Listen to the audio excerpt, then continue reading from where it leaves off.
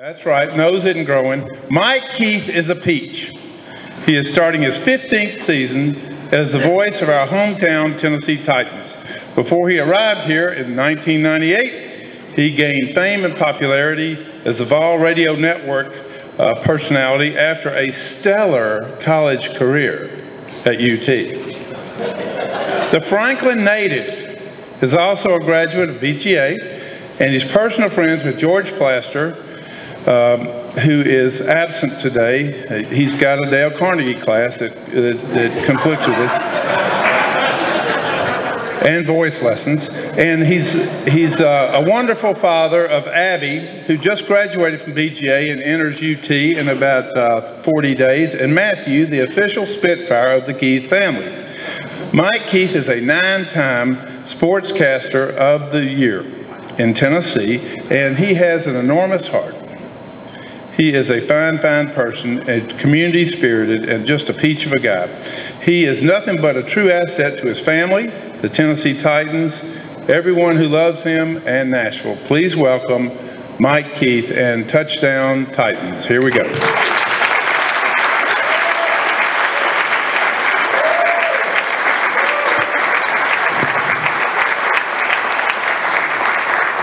Thank you so much. Can I just start off by saying, you guys are brutal. I mean, this is a tough place. Shannon, are you tired? You were around like Phil Donahue out there running around. It's a lot of fun to be with you, and I appreciate you asking me to come back. And hopefully with a lot better things to talk about than what we were able to talk about last year. Last year was a bit of a difficult season, to say the least. And when we ended it on December 30th, and we sort of closed the door, last one out at LP Field, turn off the lights, we said, we got to do better in 2013. We've got to figure out a way to get better. And I wasn't really sure how we would go about that, because we had gotten old in some spots. We were too young in some spots.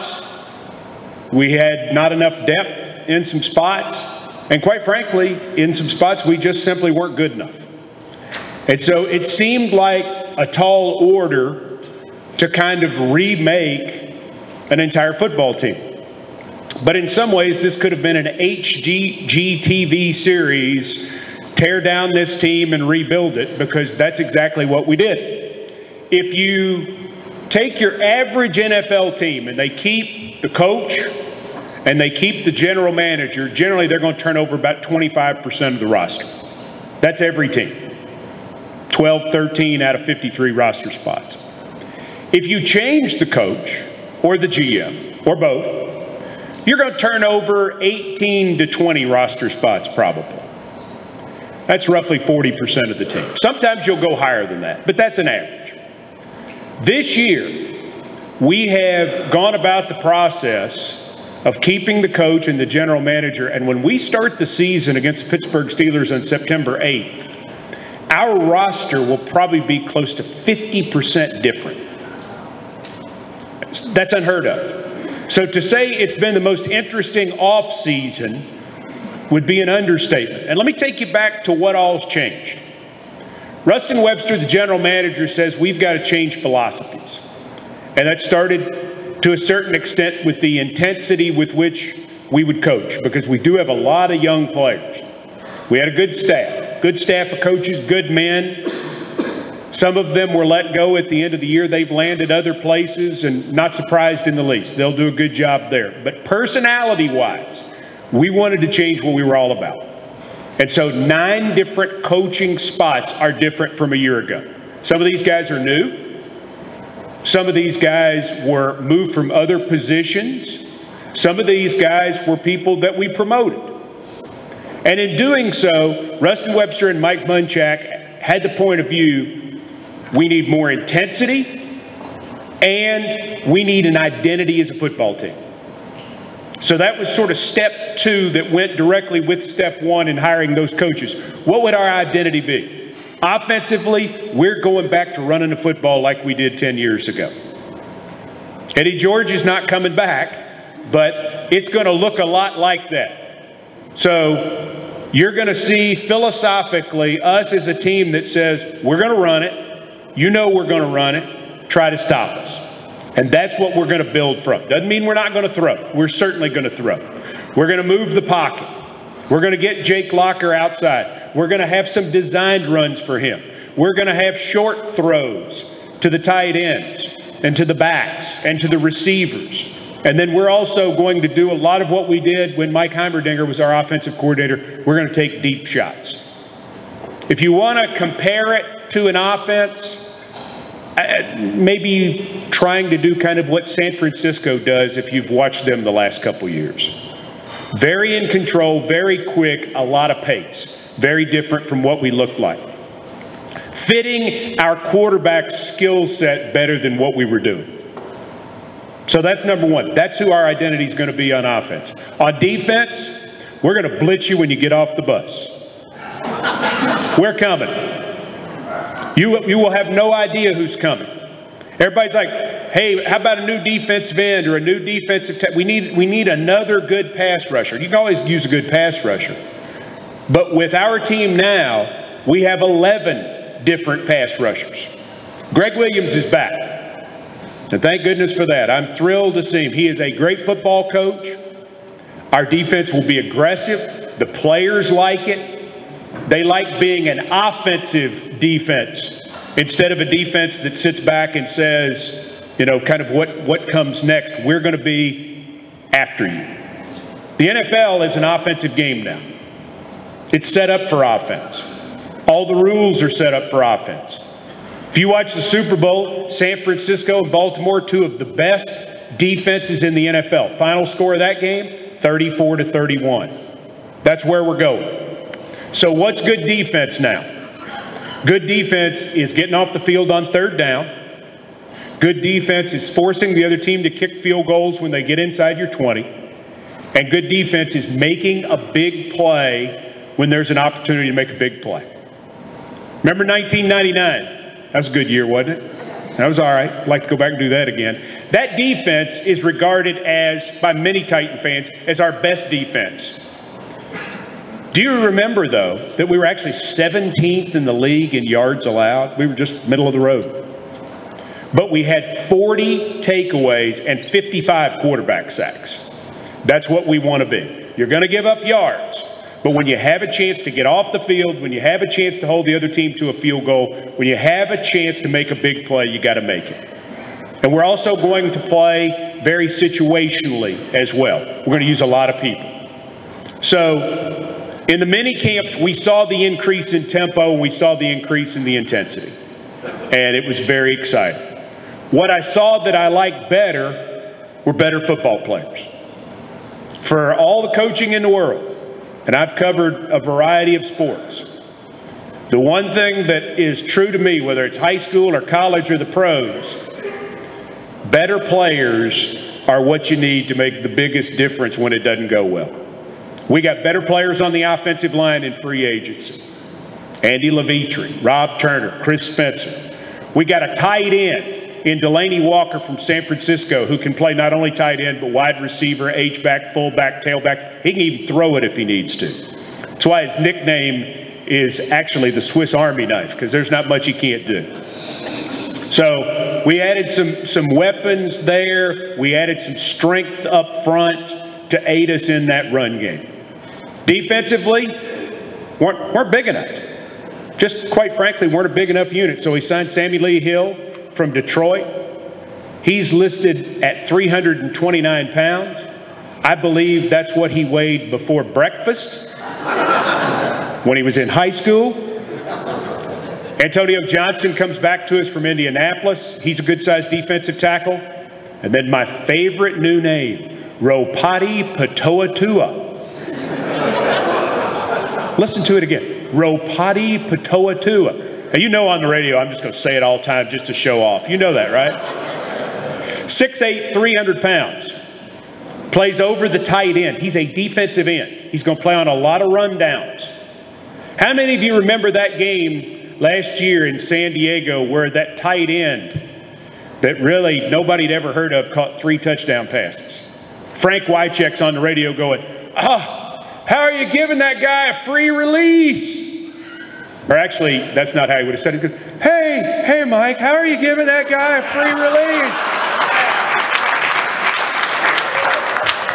Hey, Larry, you can't do that. You've got to have somebody to push him. You're not going to tell him I did that, right? Ropati Patoa will not give that guy a free release anymore. I can assure you. Mos Foku is a linebacker who gives us some more depth. In the secondary, George Wilson's a really good safety who's going to play in a lot of situations. And then there's Bernard Pollard. Bernard Pollard from the Baltimore Ravens. He ain't scared. Bernard Pollard is a guy that if you come across the middle, you will know he is there. If you interview him in the locker room, you will know he's there. And he's a guy that's really got a lot of our defensive players, particularly the guys in the secondary, perked up. We needed to get older. We needed some leaders. We needed leaders on the practice field, obviously in the games, but in the practice field, the locker room, the cafeteria, the parking lot, the weight room, everywhere. In 2006, we brought in Chris Hope and David Thornton and Kevin Mawai, and they showed some young guys what it was like to be pros. And now we've got some of those guys on both sides of the ball. So 17 free agents, over $100 million spent in contracts, better players. And then in our draft, because we did so well in free agency, at number 10, we got the best football player in the draft. That's what our staff believes. Chance Warmack, guard, University of Alabama, 6'2", 325 pounds. We think he is the best football player in the draft, regardless of position. He is our right guard. He is here to block J.J. Watt from Houston, there's no doubt. And everybody else will play over him. And he is a road grader. The interesting part of him athletically is not only does he have that sort of fire hydrant build like most guards do, but he also has extremely long arms, and he wears a size 18 shoe. So he has a lot of the athletic elements of a guy 6'6", 6'7", like a tackle. Be able to get into you, hang on, and you don't get away. He's going to be a great player. We have another offensive lineman. Remember this name, Brian Schwenke. He wears his hair all the way down his back. He's from Cal. It's a good look. I think that he will take over the Head and Shoulders commercial from Troy Polamalu at some point. He is an extremely nice young man off the field, not nearly as friendly on the field. Don't be surprised. Remember, Brian Schwenke, when you go back to your office and say, oh, the rookie I'm looking to watch is Brian Schwenke out of Cal, that 4th-round pick, you'll sound really smart. Because he's going to have a chance to be a starter for us at center. We have good center competition, but he's going to be in it. And we're really thrilled with him. Got Justin Hunter from Tennessee, wide receiver. Great looking player. Top 15 player on our board, number 1 wide receiver. We traded up to get it. Pardon? Wow. We have hecklers. Hey.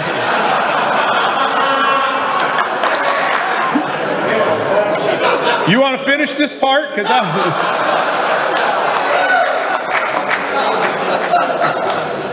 it didn't help against Vandy. You're right. That's great. Well, I promise you he's going to play better, okay? We got to get him bigger. That's the challenge. He's only about 196 pounds, and he's a full 6'4". Huh? I will. She come out to practice and see what a good player he is. The nice thing is with our wide receiver core and the group that we've got, he probably does not have to play a huge role as a rookie. We'll be able to use him situationally, get him out there, run him deep, do some things with him that take advantage of what he's got and sort of let him develop, get bigger and stronger. We think he'll help us this year, but we think down the line he'll have a chance to be a superstar. Bleedy Ray Wilson, cornerback out of UConn, is a guy that with the long arms and the bigger build is going to be that press corner that Greg Williams and Jerry Gray both want.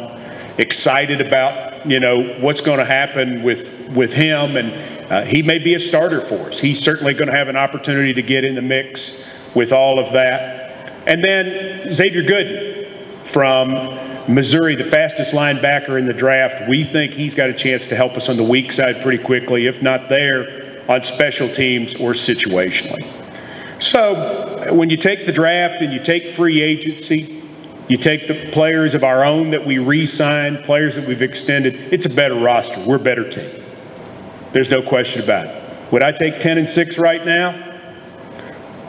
Well, I work for Bud Adams, so I think we're going 16-0. That's just...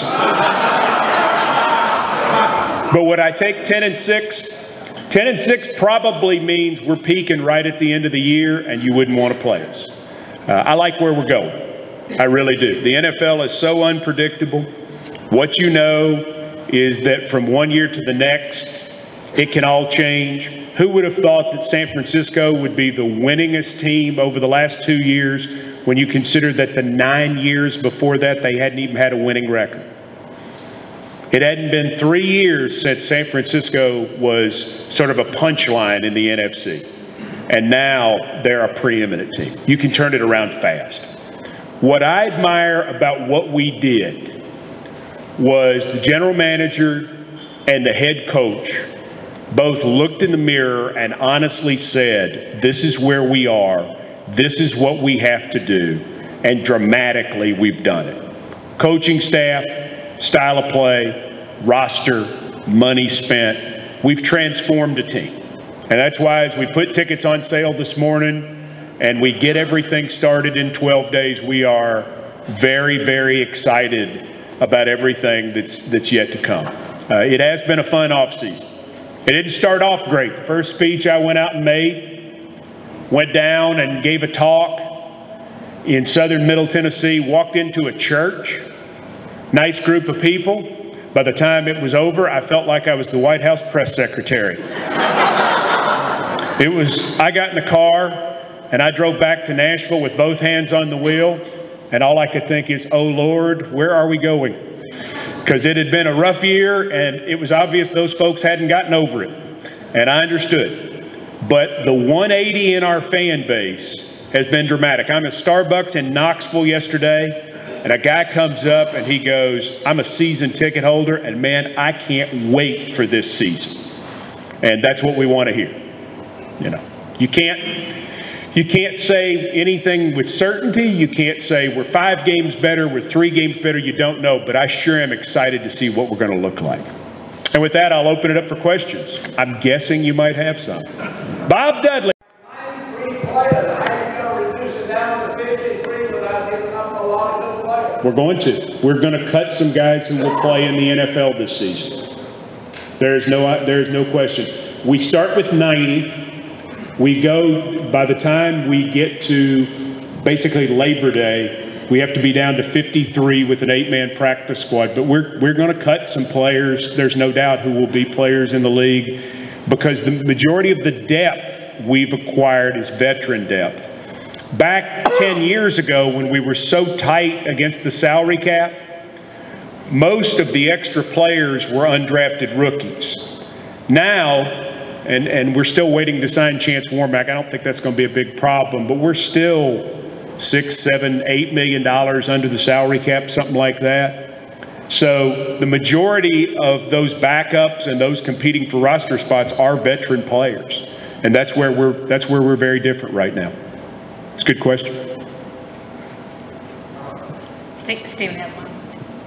Mike, last year we were probably arguably the worst defense in the league. And Jerry Gray's coming back. Greg Williams was brought in to help with the defense. How is that dynamic going to work? Who's in charge? And when something doesn't work, whose desk is the buck stop for? And were you surprised that Jerry's back, quite frankly? No, I wasn't surprised, because I knew we had a really good defense 2 years ago. They did a nice job. I think the number one issue for our defense to improve, just laying everything out, is our offense has got to hang on to the ball. Our offense cannot lose time of possession by 5.5 minutes a game. If you go back and you watch the tapes, which is part of what I have to do, there were so many situations where the defense was just left out there and left out there. Now, did they play well? No. Did they have a great year? No. Can they and do they need to make improvement? Absolutely. I think they're both on the hook. I think they're both in charge. Greg, you know, the media picked up a lot in the OTAs that Greg was signaling in the signals to the middle linebacker. Will that continue? I don't know, but I think it'll be a very collaborative effort because of their unusual relationship. They've been friends for 15 years. Jerry played for Greg. He was his defensive coordinator in Buffalo when Greg was the head coach. They were together in Washington. If you'd taken 10 other situations like that, I don't know that it could work. But having known both of them for now 16 years, I think it's going to work just fine. And I think you will see, especially during the week of prep, I think you'll see a big-time collaborative effort between the two. Right here. Thank you. Enjoy your work. Appreciate the work that you're doing. Often Hear about teams. that's okay. Often you hear about teams that have that one other team in their conference. Regardless of whoever they win against, that's the team that they want to beat. Who would you say is that team this Upcoming year for us. And based on what you just shared, how do you think we're matching up against that team? And do you think we'll come out with a W? Well, that's really on a couple of different fronts. The rivalry thing for us has always seemed to be with Jacksonville. And that dates back, you know, to the Memphis year. And so that's kind of that's the game that sort of feels like an SEC or a college matchup is when we play them. The answer to your question, though, is Houston, because that's who you're chasing. Now, certainly our owner lives in Houston, so, you know, there's something to that. But they're also the best team. We have drafted, we have planned, we have signed people to try to compete with them, to try to go at their style of play in a way where we feel like we can be effective. And that's not going to be easy, because they can run it and they can throw it on defense. They put a lot of pressure on you. And the Watt kid had one of the great years in the history of the league in terms of what he was able to do, rushing the passer and making plays in the backfield. So Houston's got to be that team you're chasing at this point in terms of how you set your team to go at somebody style-wise. Great question. They had the salaries in the sports page yesterday, and I noticed that Fitzpatrick will make more money than Locker. Why is that? Because of the new collective bargaining agreement that the players agreed to that ended the lockout 2 years ago. Jake came in under the new CBA, and the rookies in that class and moving forward make about half to three-quarters of what rookies before that made. So now, if Jake remains our quarterback and succeeds, Jake will sign for money like Matthew Stafford did, the Detroit quarterback this week, who has, you know, been successful passing but hasn't won a lot of games. He gets $41 million guaranteed over the next 3 years. So he'll be okay. $31 million is left to get him to live in Detroit. Wow. I'm not going there. Mike, if Jake has to come out, will the substitute be a different playmaker, or will it be comparable to Jake? Well, Fitzpatrick, you know, he started the last 4 years in Buffalo. He threw 24 touchdown passes last year. And Fitzpatrick is more similar in style to Jake than Hasselbeck was in terms of the fact that he can move around. So if Jake has to come out, Ryan will be able to execute a lot of the things that he would, whereas if Matt came in the game, you had to change a lot of things very quickly. Mike, I actually had two questions for you. Okay. First is, how excited are you about the young linebacking core that we have? And especially, how are you feeling about Colin McCarthy staying healthy this year? And lastly, I just want to see if you could tell us what your favorite play was and actually announce that for us.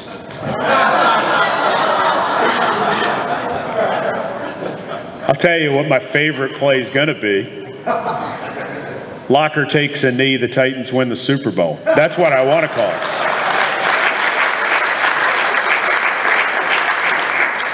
McCarthy is one of the keys to this football team, period. If he can stay healthy, our defense gets better immediately. I'm not going to make excuses about last year, but him getting hurt the first game of the season really, really hurt us a lot. I like Brown. I think Brown has a chance to be a special player because of his athleticism. But the guy who may just go off the charts this year may be Akeem Ayers. He could take on a Von Miller type role for this defense. He could be a double-digit sack guy. We're going to use him a lot of different places, a lot of different ways. If there's any one player who benefits from the Greg Williams style defense more than any other, it's Akeem Ayers. Write it down.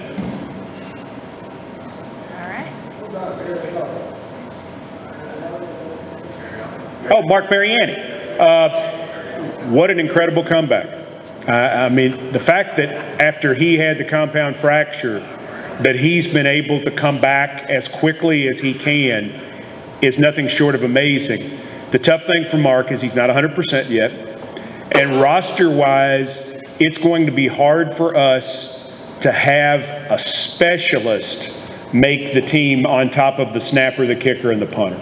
So if Raynaud's going to make our football team, he probably doesn't just make it as the returner. He's got to make it as a running back.